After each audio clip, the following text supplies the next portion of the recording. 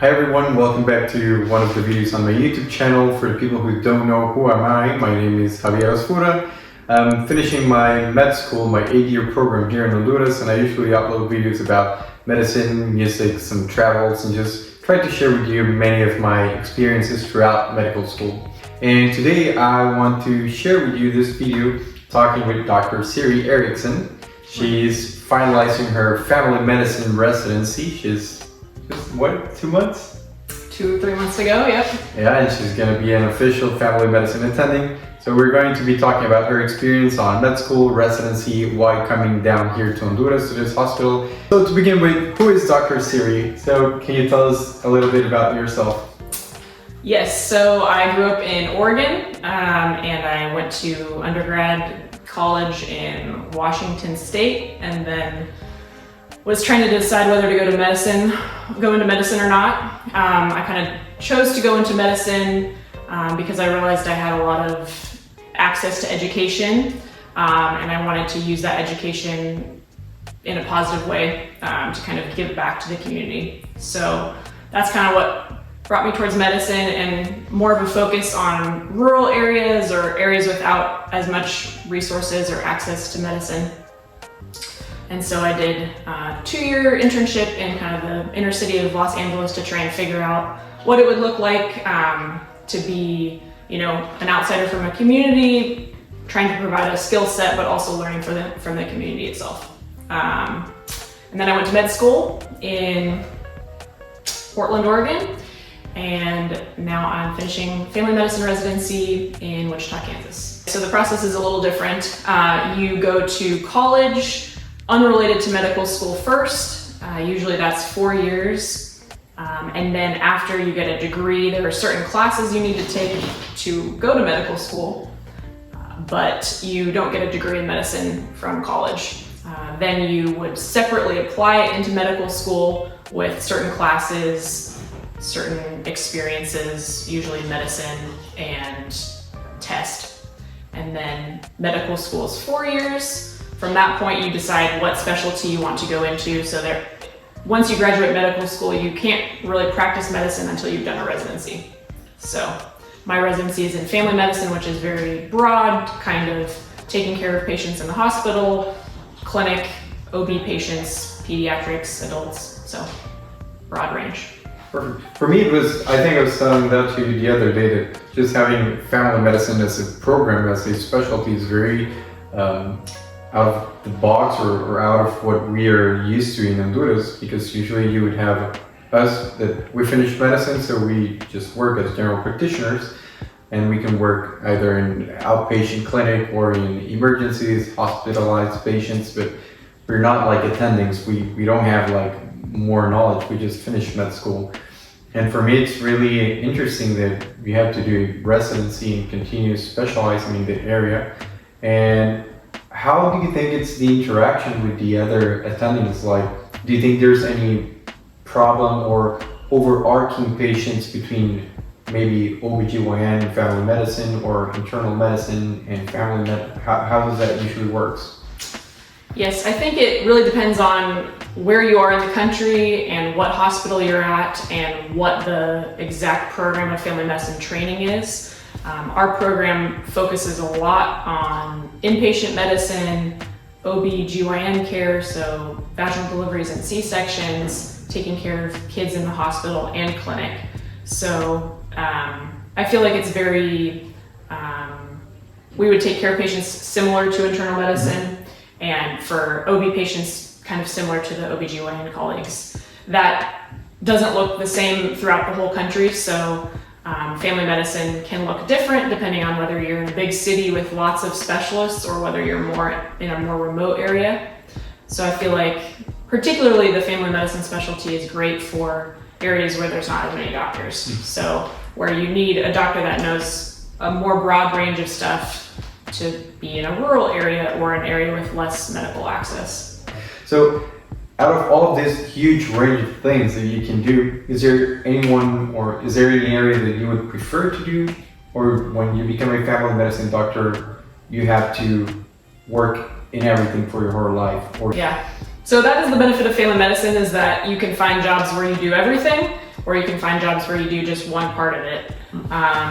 And so usually, depending on someone's particular interest, you can find a little area that you sort of specialize in within the specialty. So I really like women's health and OBGYN care and just kind of advocating for women. So that is an area that I would probably specialize in a little bit or focus on. But then I still want to do hospital medicine as well and see patients in clinic. But you can kind of learn different things depending on what is needed in the community. So one of the other family medicine doctors that I know, he really knows a lot about HIV care, so he's kind of a specialist in that. There's someone else that knows a lot about like hepatitis C care, and they're kind of a specialist in that. Wow. There's other people that specialize in like colonoscopies and endoscopies and more GI stuff. So for me, I didn't like clinic when I was in med school because, well, we usually never have resources in the public system in the country. So it became very boring because it's like, oh, we don't have this medication, we cannot really help this patient, or when we have the right or the appropriate exams, we need to diagnose this. So patients just go underdiagnosed and they go not treated appropriately. But is there a way you could still do evidence-based medicine even in low resource settings? What do you think? What's your experience with that? Yeah, that definitely is a challenge. I think when you look at different studies and you're trying to figure out how to treat a patient here, often the guidelines will tell you to do things that you can't actually do here, like do CT or do a biopsy. And so I think there are still evidence-based guidelines you can apply in this setting, but I think you can still practice evidence-based medicine to the extent that the resources exist. It's not like we have to abandon everything and just throw random stuff at people, but I do think you have to adapt to the reality of what's accessible. But there's lots of things I think we can apply evidence-based medicine to here, even when we don't have all the things we normally have. Yeah. And then you're still in your residency. You're finishing, of course, but how did you get permission to come down to Honduras to a random hospital? What brought you here? How do you get permissions? How did that work? Yes, so depends on the residency, but our residency has a focus on letting people have experiences outside of Wichita, where we train mainly. So some other residents go to rural areas in Kansas. We also have the option to do a month in an international setting. So right now I'm obviously in Honduras, wanting to be more exposed to global medicine and work with the Honduran team here. And and work on my Spanish as well. And then Eso de la entrevista en español. Sí, pero no puedo. And my current roommate, she's in Eswatini, a small country in Africa right now. Wow. And she's from South Africa, so kind of getting an experience to go back closer to her home. So we get a month to do a little exploration. So that's why I'm here. Is there any takeaway things you get from working with Honduran population or with Honduran doctors, or just seeing the different health systems that we get here? Mm-hmm. Yeah, I think one thing I've enjoyed learning from them or getting to do with you and the other Honduran doctors is brainstorm ways to work around evidence-based medicine. So when we don't have the CT scan or the biopsy abilities, what can we do to try and figure out what's going on with this patient? So we were talking about doing a coldocentesis the other day, which they don't really do in the States. So I think that's been fun to just brainstorm and learn workaround ways to do stuff when you don't have the same resources.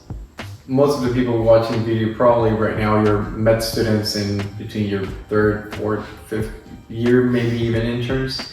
And including myself, most of us don't know what to do with our lives in terms of residency. Is there any advice you could give to med students? Stuff you could be reading, stuff you could be doing, any type of volunteer work or anything like that? I'm still figuring that out myself, what my long-term trajectory is, but I think the more you can talk to people that are doing things that you might be interested in, that are actually doing that currently, the more you can go and actually work in that setting for a period of time. You know, I don't know how possible that is, but like Servicio Social, if there's an area you think you might want to be like trying to go there, I don't know if that's possible, but I think the different areas that I've explored, really talking with people that are doing them, asking questions, and getting a chance to actually go and see if that's what you think you want to do. Like, for example, working here. So. And just to finish the video and stop bothering Dr. Siri, I wanted to ask, because you mentioned you like advocating for patients, especially for women's rights and health, and just general education and access to services for the population. How would you do advocacy in the US, being a medical student, being an intern, being a resident? How much you can advocate for patients? Yeah, so obviously the setting is going to be slightly different, just me being in the US and US culture versus here. But I think there's still ways you can advocate for patients while you're in training, even despite the being lower on the totem pole, or like, you know, kind of the bottom of the rung. Yeah. You just have to find a way to do it. Find a way to stand up for patients while also being respectful to your superiors. I feel like the biggest things that I found to be helpful is just because a supervisor says that you need to treat a patient a certain way doesn't mean you actually have to treat a patient a certain way. So I think supervisors will often model bad behavior, like, oh yeah, you don't need to ask this patient's permission to do this invasive exam, just do it. Or, they don't need anesthesia for this thing, just do it, But especially when they're not there, like, you don't have to do those things. Like, if you think that they need anesthesia, or you think that you should ask them permission to do some exam, or, whatever the situation is, you don't have to follow suit with what your superiors are doing, I guess. And you can then treat, or, change the culture below you too, by like changing the way that people treat. When you're talking to your interns, you can treat them in a different way. And then I think there are certain times where you actually do need to speak up to the supervisor themselves, particularly in my opinion, like life or death situations where you're actually worried about the care of the patient. Then I think it is worth stepping up and saying, I don't think we should do this because of whatever reason. So thank you so much, Dr. Siri, for helping us with this interview. I hope all of you liked this video. If you have any comments or questions, especially about the family medicine program, or how you can specialize in the US for people that are interested, because that's one of the most popular countries to do residency. So if you have any questions, you can leave them on the comments. I can try to talk back to Dr. Siri, but well, she's becoming an attending, so she's probably going to be busy. But thank you all for watching the video. Like, share, and just, until next time. Oh gosh. That was good.